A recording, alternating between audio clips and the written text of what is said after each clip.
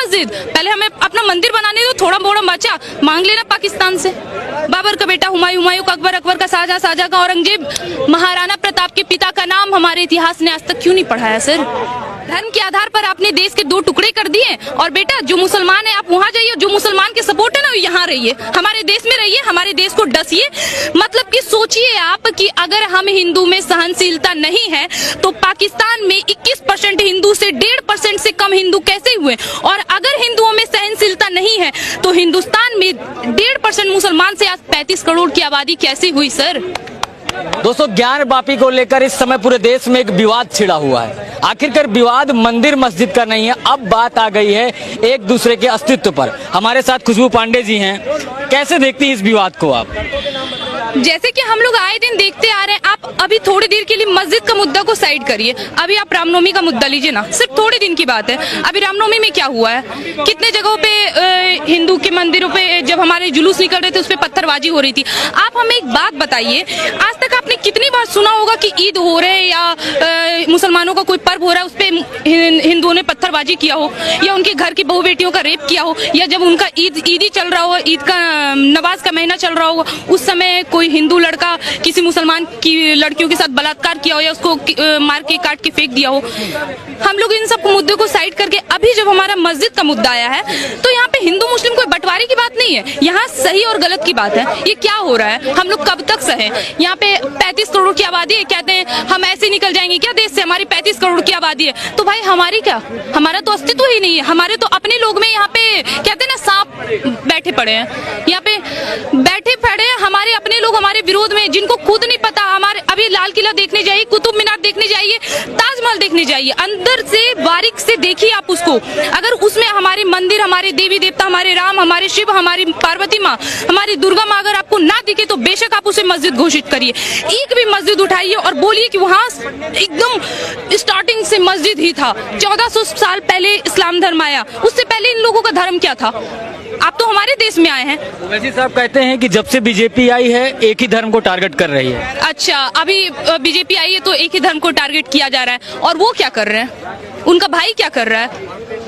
उनको ऐसा लग रहा है कि अभी हम लोग अभी कोई किसी धर्म को टारगेट, आप लोग को लग रहा होगा, सभी लोगों को लगता है कि बीजेपी हिंदूवादी पार्टी है, वो सिर्फ हिंदुओं का सपोर्ट कर रही है, पर एक नजरिए से तो देखिए ना, 3 तलाक हिंदुओं के सपोर्ट में है, मुस्लिम औरतों के लिए 3 तलाक। जनसंख्या नियंत्रण कानून जो अभी हमारी बीजेपी सरकार लाना चाहती है, किसके पक्ष में? हमारे युवा के पक्ष में है। हमारे युवा जो हमारे देश का भविष्य है, हम लोग जो हमारी शिकायत ये रहती है कि हमें नौकरी नहीं मिलती। भाई नौकरी कैसे मिलेगा? उनको आरक्षण मिला पड़ा है, नौकरी वो लेके जाते हैं, इतने दर्जन दर्जन पैदा करते हैं, लेके जाते हैं नौकरी, हमें नौकरी कहाँ से मिलेगा? जनसंख्या नियंत्रण होगा तब तो। हमारा सीए आया, एनआरसी आया, कोई हिंदू ने विरोध, कुछ होते हैं उल्टे सीधे हिंदू भी उन्होंने विरोध किया, लेकिन मुसलमान तुरंत विरोध पे उतर गए, नहीं सीए एनआरसी नहीं लगने देंगे, हम हमारा देश है, हम इस देश से नहीं जाएंगे। अभी आपका देश है, तब आपका देश नहीं होता जब आप इसे जला देते हैं, जब बस जला देते हैं। यहाँ पे जब शाहीन बाग में हुआ था तो आपने जला दिया था ट्रम्प, विदेश से हमारे कोई अतिथि यहाँ पे आए, उस वक्त आपने देश का ऐसा माहौल खराब किया। कौन देशवासी ऐसा माहौल खराब करते हैं? आप अपने आप को इस देश का देशवासी कहते हैं, शर्म आना चाहिए। आप कहते हैं हिंदू मुसलमान भाई, जब आपका समय आता है तो आप कहते हैं हिंदू मुसलमान भाई, जब हमारा समय रहता है तो भाई आप कटो, कार सेवकों को मार दो, गोली चला दो, आपकी सरकार है, आप कुछ भी कर लो। आज बीजेपी अगर थोड़ा सा 1% हिंदुओं के लिए सोच ली है, नहीं सच्चाई के लिए सोच ली है कि भाई उनको भी थोड़ा सा देख लिया जाए, तो आज कह रहे हैं कि बीजेपी एक तरफा सोच रही है। महबूबा मुफ्ती कहती हैं कि माहौल खराब किया जा रहा है, हिंदू मुसलमान के बीच में दरार डाली जा रही है, इसीलिए सारे मुद्दे उठाए जा रहे हैं। अच्छा, हिंदू मुसलमान पे दरार, ये महबूबा मुफ्ती वही है ना जिनको कोई प्रॉब्लम नहीं था कि कश्मीर में क्या हुआ था।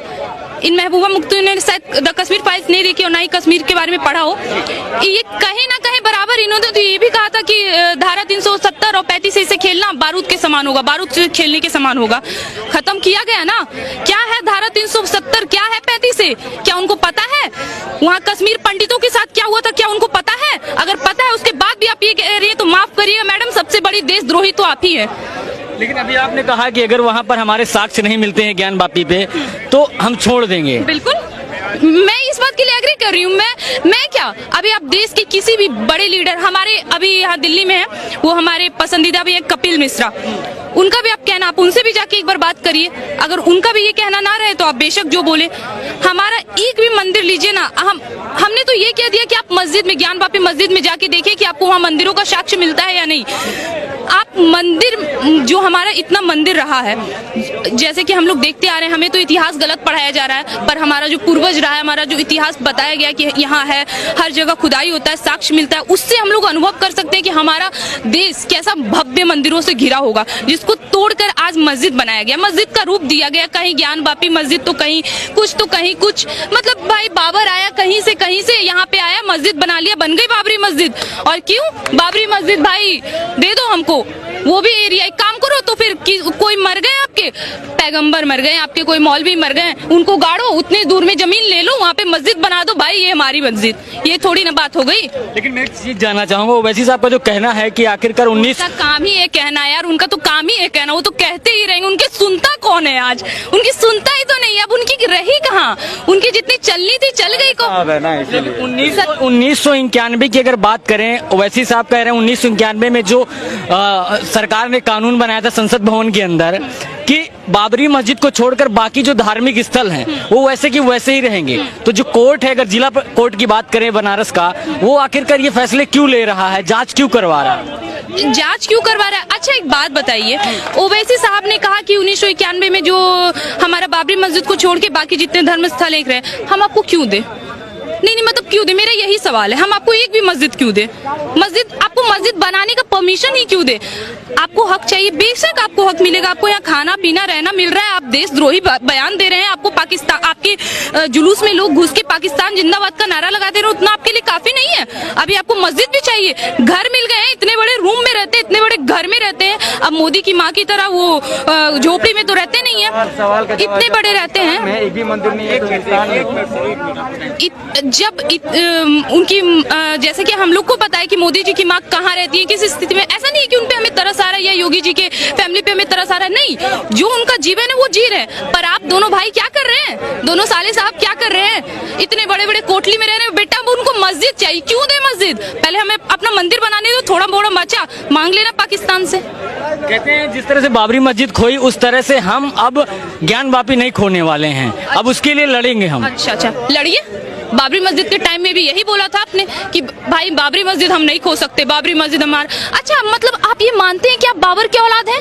क्या आप ये एग्री करते हैं इस बात के लिए? आप अगर आप ये कह रहे हैं कि बाबरी मस्जिद हमारा है, बाबरी मस्जिद हम नहीं दे सकते, दैट्स मीन कि आप मानते हैं कि बाबर हमारे पूर्वज थे, हम बाबर के ही वंशज हैं, और बाबर कौन था वो सबको पता है। बाबर का बेटा हुमायूं, हुमायूं का अकबर, अकबर का शाहजहां, शाहजहां का औरंगजेब, महाराणा प्रताप के पिता का नाम हमारे इतिहास ने आज तक क्यों नहीं पढ़ाया सर? क्यों नहीं पढ़ाया? आज अगर हम अपना इतिहास जानना चाह रहे हैं हिंदू के विषय में, आज हमारे यहाँ बात छिड़ रही है, एटलीस्ट इतने सारे लोग बात कर रहे हैं तो आपको दिक्कत हो रही है। और इतने दिनों से जो हो रहा था, हिंदुओं को मारा जा रहा था, काटा जा रहा था, वो सब कुछ नहीं। बीजेपी जब से आई तब से हिंदू मुसलमान कर रही है। 1947 में क्या हुआ था? धर्म के आधार पर आपने देश के दो टुकड़े कर दिए, और बेटा जो मुसलमान है आप वहां जाइए, जो मुसलमान के सपोर्ट है ना यहाँ रहिए, हमारे देश में रहिए, हमारे देश को डसिए। मतलब कि सोचिए आप कि अगर हम हिंदू में सहनशीलता नहीं है तो पाकिस्तान में 21% हिंदू से 1.5% से कम हिंदू कैसे हुए? और अगर हिंदुओं में सहनशीलता नहीं है तो हिंदुस्तान में 1.5% मुसलमान से आज 35 करोड़ की आबादी कैसे हुई सर?